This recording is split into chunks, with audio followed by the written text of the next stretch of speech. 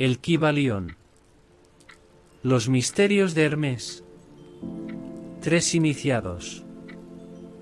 Introducción.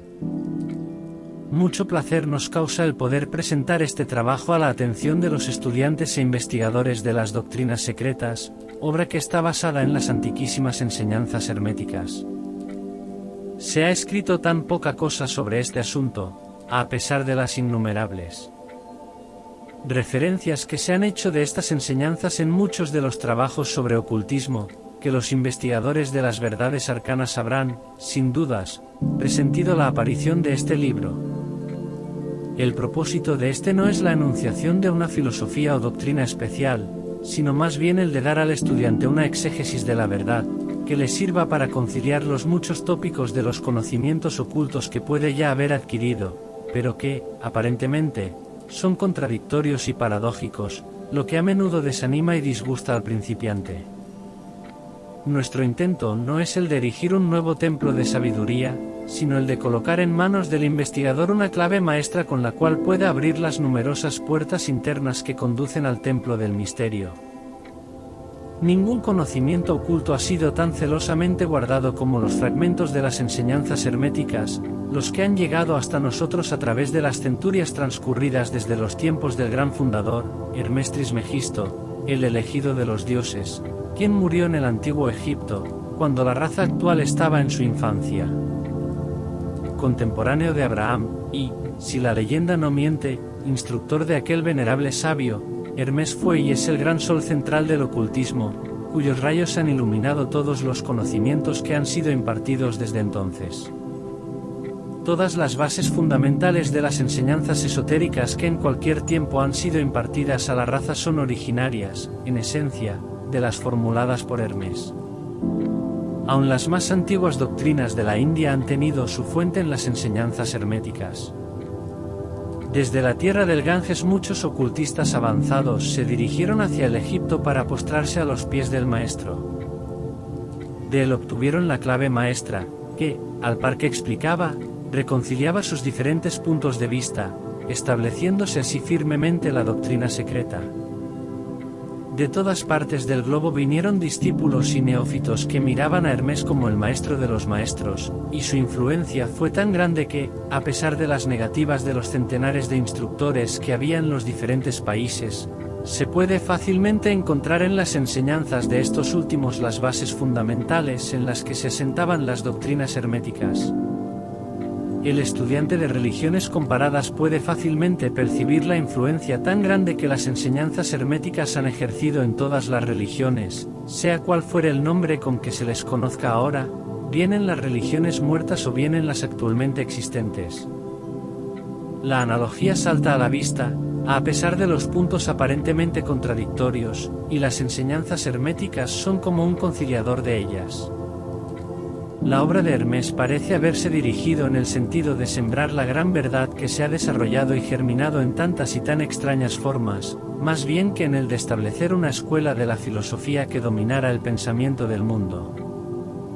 Sin embargo, la verdad original enseñada por él ha sido guardada intacta, en su pureza primitiva, por un reducido número de hombres en cada época, los cuales, rehusando gran número de aficionados y de estudiantes poco desarrollados, siguieron el proceder hermético y reservaron su conocimiento para los pocos que estaban prontos para comprenderlo y dominarlo.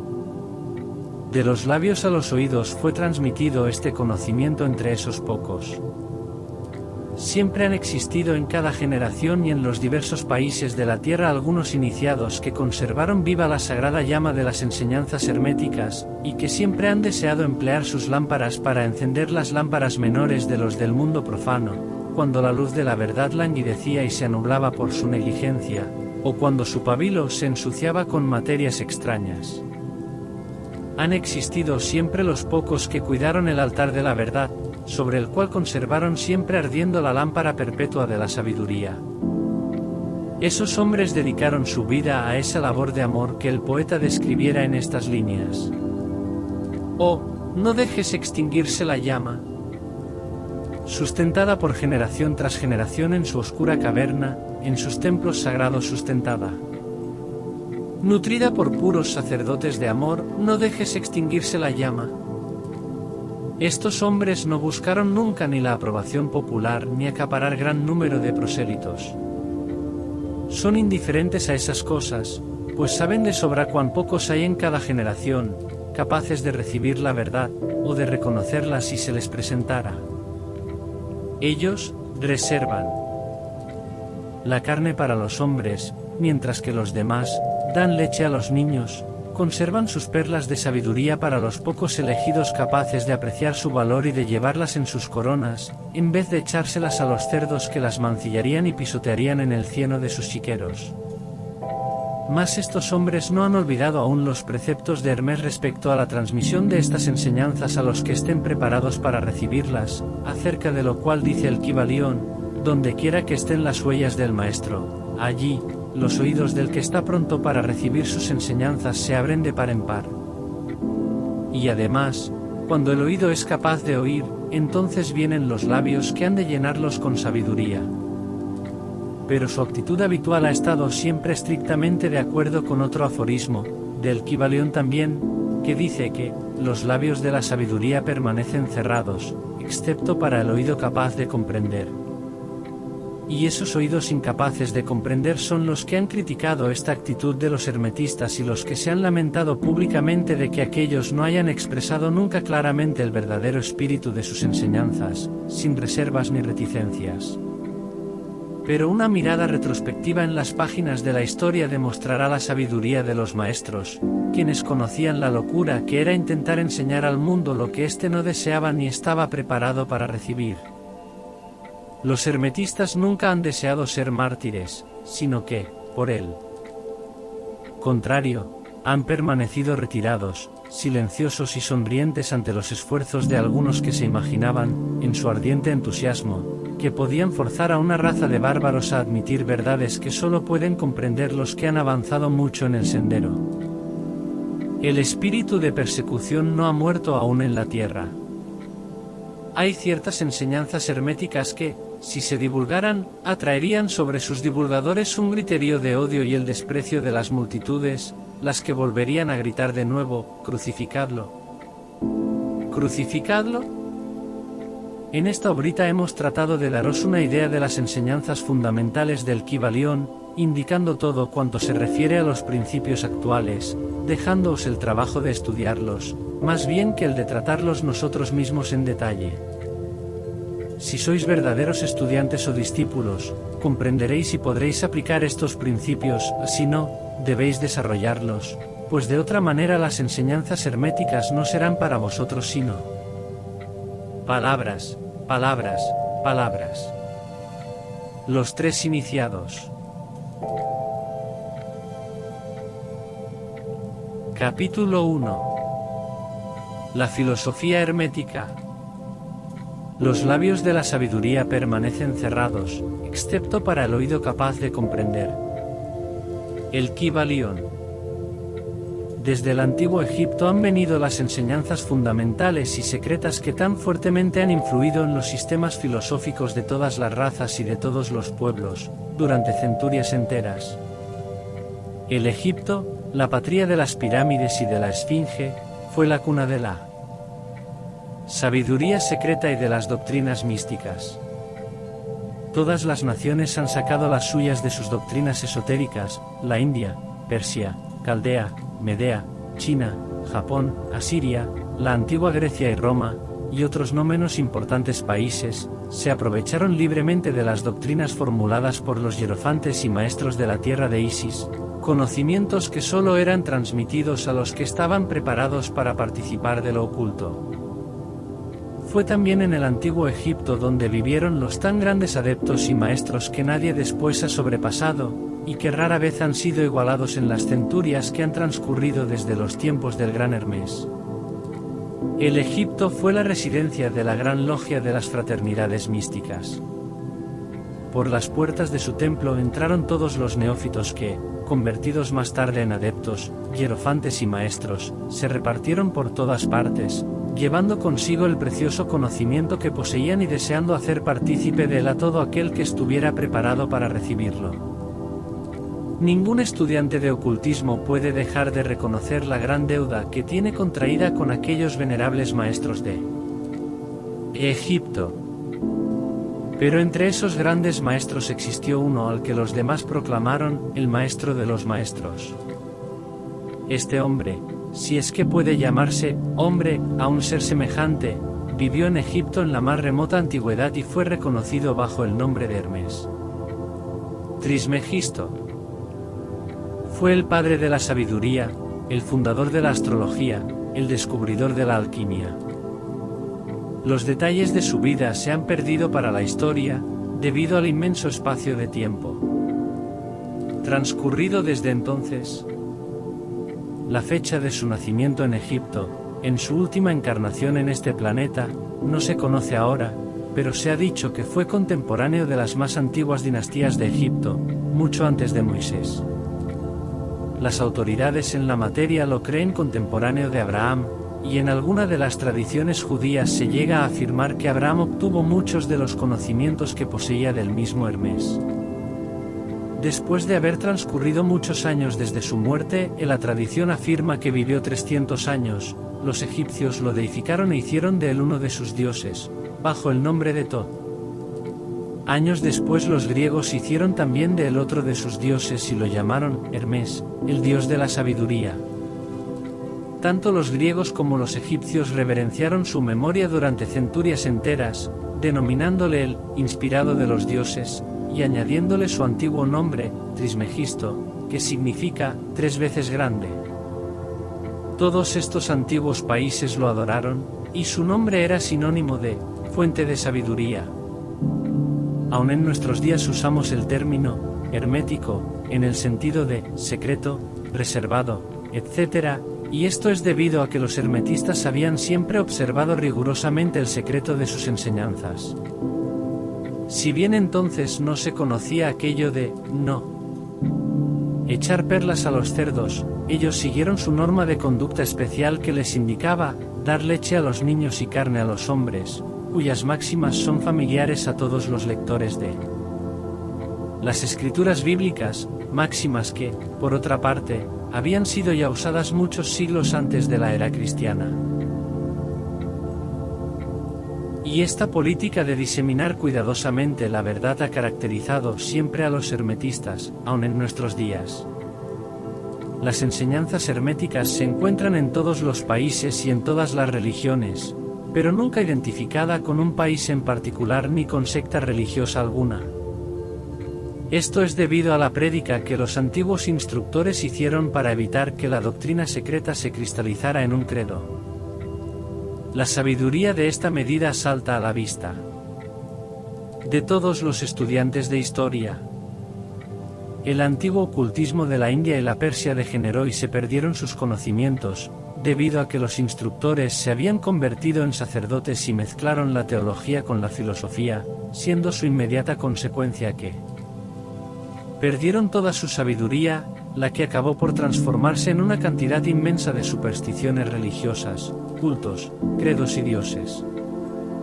Lo mismo pasó con las enseñanzas herméticas de los gnósticos cristianos, enseñanzas que se perdieron por el tiempo de Constantino, quien mancilló la filosofía mezclándola con la teología, y la Iglesia cristiana perdió entonces su verdadera esencia y espíritu, viéndose obligada a andar a ciegas durante varios siglos, sin que hasta ahora haya encontrado su camino, observándose actualmente que la Iglesia cristiana está luchando nuevamente por aproximarse a sus antiguas enseñanzas místicas.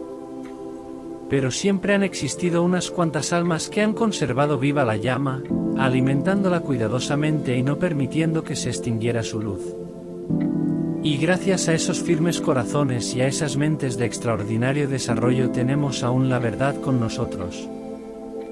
Mas no se encuentra en los libros. Ella ha sido transmitida del maestro al discípulo, del iniciado al neófito, de los labios a los oídos. Si alguna vez se ha escrito algo sobre ella, su significado ha sido cuidadosamente velado con términos de astrología y alquimia, de tal manera que solo los que poseían la clave podían leerlo correctamente. Esto se hizo necesario a fin de evitar las persecuciones de los teólogos de la Edad Media, quienes luchaban contra la doctrina secreta a sangre y fuego. Aún en nuestros días nos es dable encontrar algunos libros valiosos de filosofía hermética, pero la mayor parte se ha perdido. Sin embargo, la filosofía hermética es la única clave maestra que puede abrir las puertas a todas las enseñanzas ocultas. En los primeros tiempos existió una compilación de ciertas doctrinas herméticas que eran las bases fundamentales de toda la doctrina secreta, y que habían sido, hasta entonces, transmitidas del instructor al estudiante, compilación que fue conocida bajo el nombre de el Kybalión, cuyo exacto significado se perdió durante centenares de años. Sin embargo, algunos que han recibido sus máximas de los labios a los oídos las comprenden y las conocen. Sus preceptos no habían sido escritos nunca hasta ahora. Son, simplemente, una serie de máximas y axiomas que luego eran explicados y ampliados por los iniciados. Estas enseñanzas constituyen realmente los principios básicos de la alquimia hermética, la que, contrariamente a lo que se cree, está basada en el dominio de las fuerzas mentales, más bien que en el de los elementos materiales, en la transmutación de una clase de vibraciones mentales en otras, más bien que en el cambio de una clase de metal en otro. La leyenda acerca de la piedra filosofal, que convertía todos los metales en oro, era una alegoría relativa a la filosofía hermética, alegoría que era perfectamente comprendida por todos los discípulos del verdadero hermetismo. En esta obrita invitamos a nuestros estudiantes a examinar las enseñanzas herméticas, tal como fueron expuestas en el Kybalión, explicadas y ampliadas por nosotros, humildes estudiantes de las mismas, que si bien llevamos el título de iniciados somos, sin embargo, simples discípulos a los pies de Hermes, el Maestro. Transcribimos aquí muchas de las máximas y preceptos del Kybalión, acompañadas por explicaciones y comentarios que creemos ayudarán a hacer más fácilmente comprensible esas enseñanzas por los hombres modernos, especialmente teniendo en cuenta que el texto original ha sido velado a propósito con términos obscuros y desconcertantes.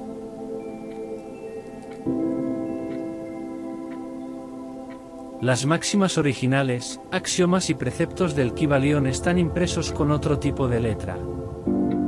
Esperamos que los lectores de esta obra sacarán tanto provecho del estudio de sus páginas como lo han sacado otros que han pasado antes por el mismo sendero que conduce a la maestría desde los tiempos de Hermes Trismegisto, el maestro de los maestros, el 3 veces grande, hasta ahora.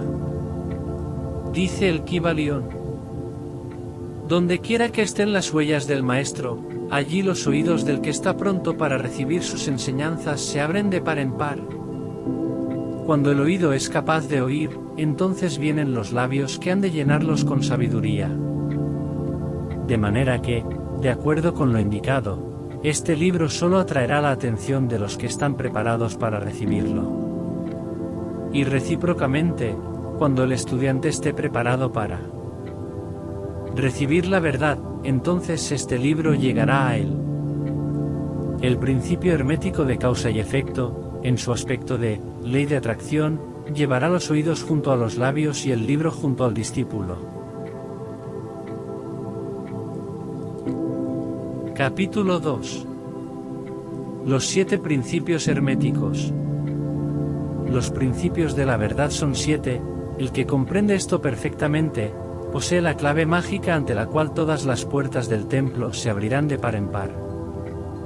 El Kybalión. Los 7 principios sobre los que se basa toda la filosofía hermética son los siguientes.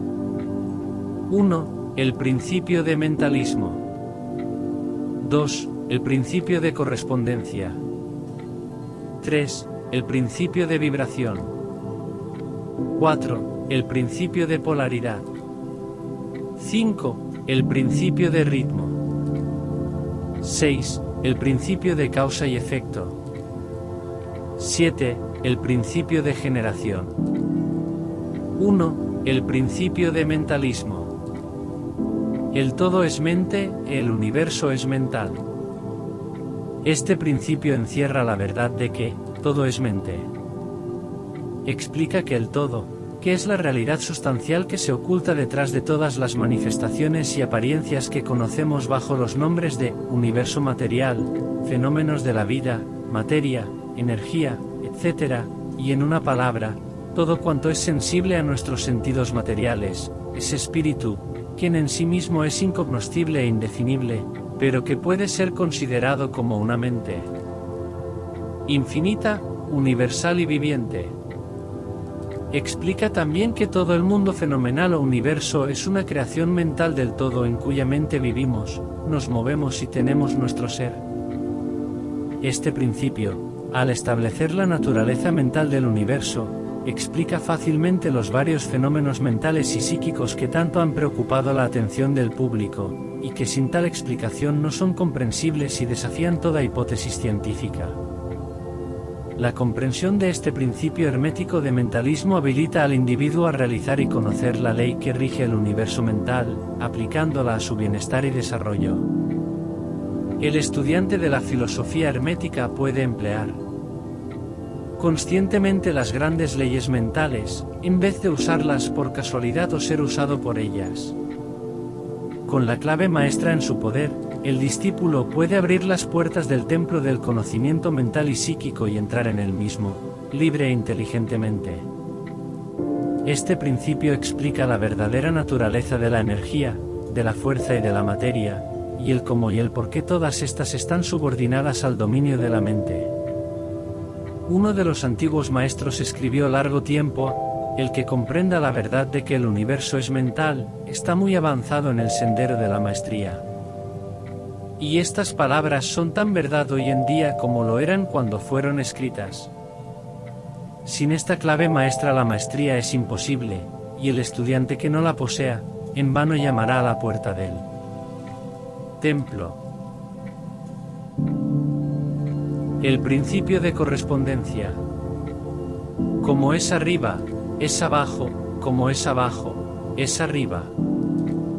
Este principio encierra la verdad de que hay siempre una cierta correspondencia entre las leyes y los fenómenos de los varios estados del ser y de la vida, y el antiquísimo axioma hermético se refiere precisamente a esto, y afirma: como es arriba, es abajo, como es abajo, es arriba, y la comprensión de este principio da una clave para resolver muchos de los más oscuros problemas y paradojas de los misteriosos secretos de la naturaleza. Hay muchos planos que no conocemos, pero cuando aplicamos esa ley de correspondencia a ellos, mucho de lo que de otra manera nos sería incomprensible se hace claro a nuestra conciencia.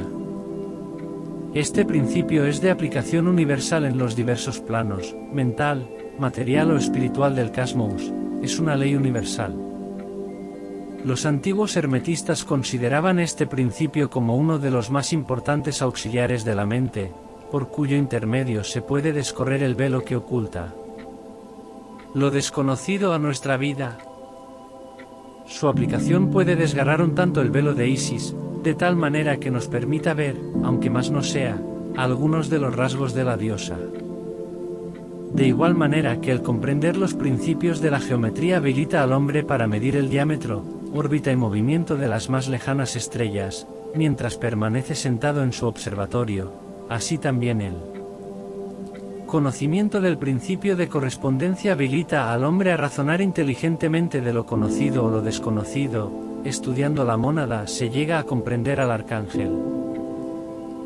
El principio de vibración. Nada está inmóvil, todo se mueve, a todo vibra.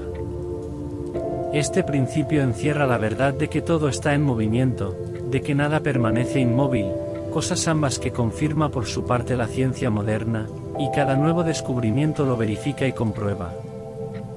Y, a pesar de todo, este principio hermético fue enunciado cientos de años a por los maestros del antiguo Egipto. Este principio explica las diferencias entre las diversas manifestaciones de la materia, de la fuerza, de la mente y aun del mismo espíritu, las que no son sino el resultado de los varios estados vibratorios.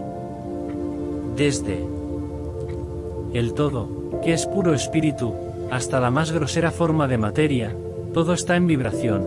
Cuanto más alta es esta, tanto más elevada es su posición en la escala. La vibración del espíritu es de una intensidad infinita, tanto, que prácticamente puede considerarse como si estuviera en reposo, de igual manera que una rueda que gira rapidísimamente parece que está sin movimiento. Y en el otro extremo de la escala hay formas de materia densísima, cuya vibración es tan débil que parece también estar en reposo. Entre ambos polos hay millones de grados de intensidad vibratoria. Desde el corpúsculo y el electrón, desde el átomo y la molécula hasta el astro y los universos, todo está en vibración. Y esto es igualmente cierto en lo que respecta a los estados o planos de la energía o fuerza, en la que no es más que un determinado estado vibratorio, y a los planos mentales y espirituales. Una perfecta comprensión de este principio habilita al estudiante hermético a controlar sus propias vibraciones mentales, así como las de los demás. Los maestros también emplean este principio para conquistar los fenómenos naturales. El que comprenda el principio vibratorio ha alcanzado el cetro del poder, ha dicho uno de los más antiguos escritores. El principio de polaridad. Todo es doble, todo tiene dos polos, todo, su par de opuestos, los semejantes y los antagónicos son lo mismo, los opuestos son idénticos en naturaleza, pero diferentes en grado, a los extremos se tocan, todas las verdades son medias verdades, todas las paradojas pueden reconciliarse. Este principio encierra la verdad de que todo es dual, todo tiene dos polos, todo su par de opuestos, afirmaciones que son de otros tantos axiomas herméticos. Explica y dilucida las antiguas paradojas que han dejado perplejos a tantísimos investigadores, y que literalmente decían, la tesis y la antítesis son idénticas en naturaleza, difiriendo solo en grado, los opuestos son idénticos en realidad, diferenciándose en su gradación, los pares de opuestos pueden conciliarse, los extremos se tocan, todo es y no es al mismo tiempo, toda verdad no es sino media verdad, toda verdad es medio falsa, etc.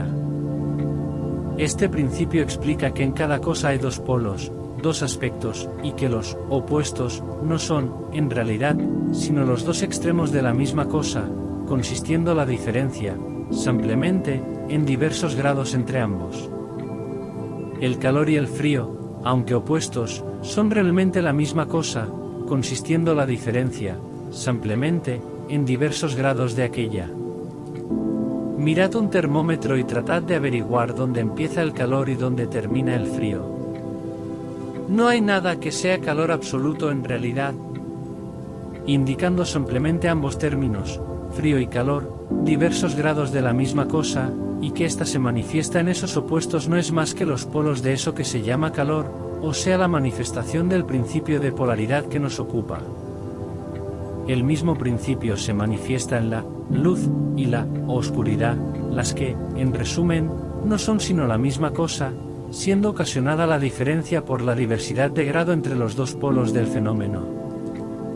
¿Dónde termina la oscuridad y dónde empieza la luz?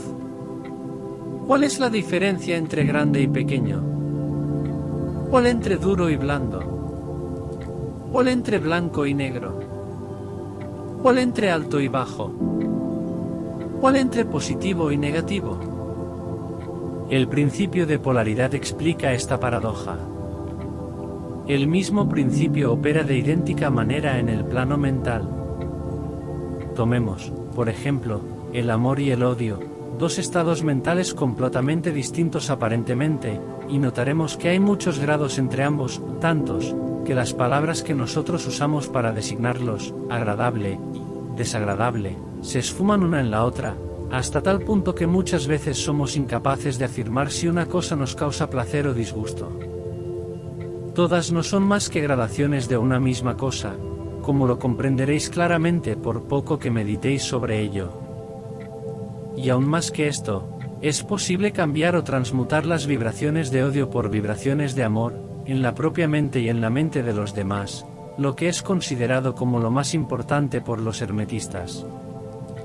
Muchos de los que leéis estas páginas habréis tenido experiencias en vosotros mismos y en los demás de la rápida e involuntaria transición del amor en odio y recíprocamente. Y ahora comprenderéis la posibilidad de efectuar esto por medio del poder de la voluntad, de acuerdo con las fórmulas herméticas. El bien y el mal no son sino los polos de una misma y sola cosa, y el hermetista comprende y conoce perfectamente el arte de transmutar el mal en el bien aplicando inteligentemente el principio de polaridad. En una palabra, el arte de polarizar se convierte en una fase de la alquimia mental, conocida y practicada por los antiguos y modernos maestros herméticos. La perfecta comprensión de este principio capacita para cambiar la propia polaridad, así como la de los demás, si uno se toma el tiempo y estudia lo necesario para dominar este arte. El principio de ritmo. Todo fluye y refluye, todo tiene sus periodos de avance y retroceso. Todo asciende y desciende, todo se mueve como un péndulo, a la medida de su movimiento hacia la derecha, es la misma que la de su movimiento hacia la izquierda, el ritmo es la compensación. Este principio encierra la verdad de que todo se manifiesta en un determinado movimiento de ida y vuelta, o un flujo y reflujo, una oscilación de péndulo entre los dos polos que existen de acuerdo con el principio de polaridad, descrito un momento a. Hay siempre una acción y una reacción, un avance y un retroceso, una ascensión y un descenso. Y esta ley rige para todo, soles, mundos, animales, mente, energía, materia. Esta ley lo mismo se manifiesta en la creación como en la destrucción de los mundos, en el progreso como en la decadencia de las naciones, en la vida, en las cosas todas, y, finalmente, en los estados mentales del hombre, y es con frecuencia a esto último que creen los hermetistas que este principio es el más importante. Los hermetistas han descubierto este principio, encontrándolo de aplicación universal, y han asimismo descubierto ciertos métodos para escapar a sus efectos, mediante el empleo de las fórmulas y métodos apropiados. Emplean para ello la ley mental de neutralización. No pueden anular el principio o impedir que opere, pero han aprendido a eludir sus efectos hasta un cierto grado que depende del dominio que se tenga de dicho principio. Saben cómo usarlo, en vez de ser usados por él. En este y en otros parecidos métodos consiste la ciencia hermética. El maestro se polariza a sí mismo en el punto donde desea quedarse, y entonces neutraliza la oscilación rítmica pendular que tendería a arrastrarlo hacia el otro polo. Todos los que han adquirido cierto grado de dominio sobre sí mismos ejecutan esto hasta cierto punto, consciente o inconscientemente, pero el maestro lo efectúa conscientemente, y por el solo poder de su voluntad alcanza un grado tal de estabilidad y firmeza mental casi imposible de concebir por esa inmensa muchedumbre que va y viene en un continuado movimiento ondulatorio, impulsada por ese principio de ritmo. Este, así como el de la polaridad, ha sido cuidadosamente estudiado por los hermetistas, y los métodos de contrabalancearlos, neutralizarlos y emplearlos, forman una de las partes más importantes de la alquimia mental hermética. El principio de causa y efecto. Toda causa tiene su efecto, todo efecto tiene su causa, todo sucede. De acuerdo a la ley, la suerte no es más que el nombre que se le da a la ley no reconocida, hay muchos planos de casualidad, pero nada escapa a la ley. Este principio encierra la verdad de que todo efecto tiene su causa, y toda causa su efecto. Afirma que nada ocurre casualmente y que todo ocurre conforme a la ley. La suerte es una palabra vana, y si bien existen muchos planos de causas y efectos, dominando los superiores a los inferiores, aún así ninguno escapa totalmente a la ley. Los hermetistas conocen los medios y los métodos por los cuales se puede ascender más allá del plano ordinario de causas y efectos, hasta cierto grado, y alcanzando mentalmente el plano superior se convierten en causas en vez de efectos. Las muchedumbres se dejan llevar, arrastradas por el medio ambiente que las envuelve o por los deseos y voluntades de los demás, si estos son superiores a las de ellas. La herencia, las sugestiones y otras múltiples causas externas las empujan como autómatas en el gran escenario de la vida. Pero los maestros, habiendo alcanzado el plano superior, dominan sus modalidades, sus caracteres, sus cualidades y poderes, así como el medio ambiente que los rodea, convirtiéndose de esta manera en dirigentes, en vez de ser los dirigidos. Ayudan a las masas y a los individuos a divertirse en el juego de la vida, en vez de ser ellos los jugadores o los autómatas movidos por ajenas voluntades. Utilizan el principio, en vez de ser sus instrumentos. Los maestros obedecen a la causalidad de los planos superiores en que se encuentran, pero prestan su colaboración para regular y regir en su propio plano. En lo dicho está condensado un valiosísimo conocimiento hermético, que el que sea capaz de leer entre líneas lo descubra, es nuestro deseo. El principio de generación.